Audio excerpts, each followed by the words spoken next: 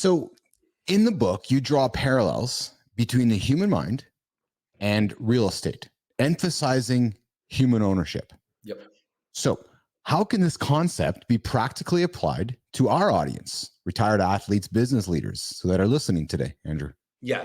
So you have to think about it as there are three groups that we might be running from or to and giving away. So there are other people. And that's probably the most obvious. We set the boundaries of, okay, am I going to let you in my mind? Not, right? We can't control if somebody walks by our house, unless we're in a gated community or something.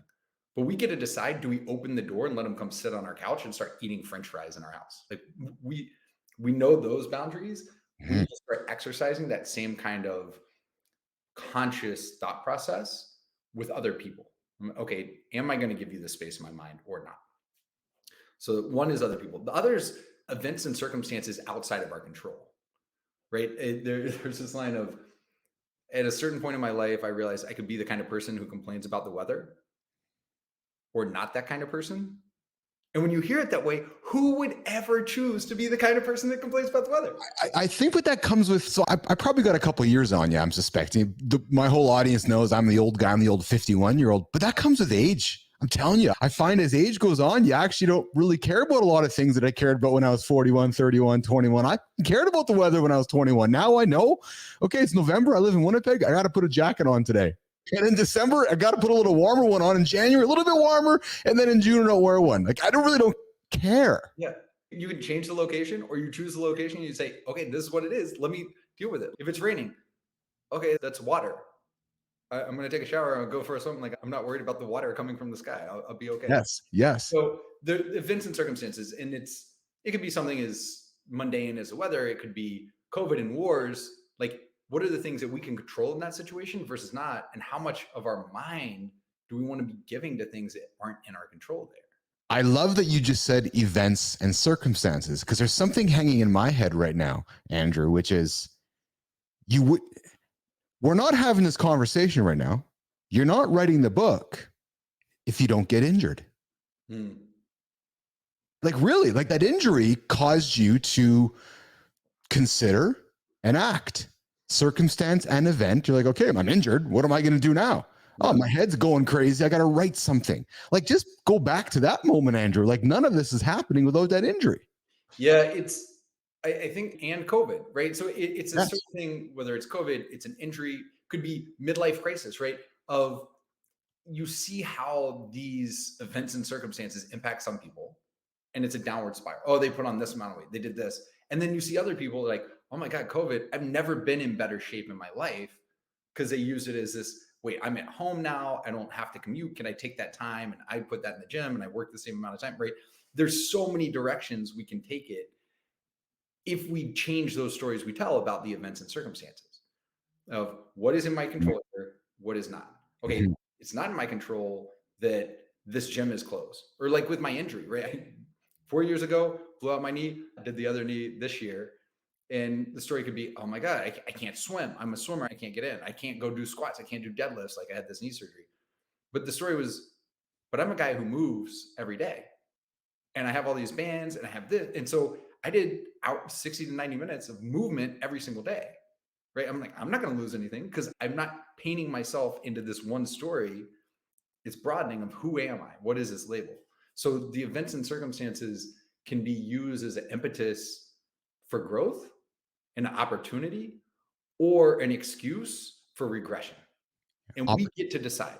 Yeah. Opportunity over obstacle, right? Because there's an obstacle, you have one of two things you can do with it. And you clearly have used every obstacle to turn them into opportunities for yourself. Yeah. I don't know about every, but certain ones. And then there's the third category. So we have other people, we have events and circumstances, and then we have ourselves, different imagined versions of ourselves. So the people we think we should be, our parents wanted us to be, the people will be when we retire, all these things. And those are the hardest to evict and to get out of our heads. And so for free on my website and in the book, the knowledge is only useful if applied. And how many times you listen to a podcast, you go hear a speech, you read a book, like, this is amazing, it's going to change my life. And then you put it down and the next day, it looks the exact same as the day before. And so with the book, I very deliberately, every single chapter has a worksheet, has an exercise. Here's the exercise I do when I'm dealing with this. And here's the worksheet to go do it. And here are the instructions to go work through it.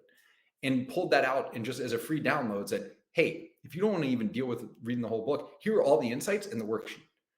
I created a GPT for it. I'm going to launch for free to the market as well. When you say practically, how do you put this in practice?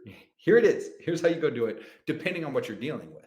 If you're dealing stretched for time, okay, we'll zero-based calendaring. How do I work on that?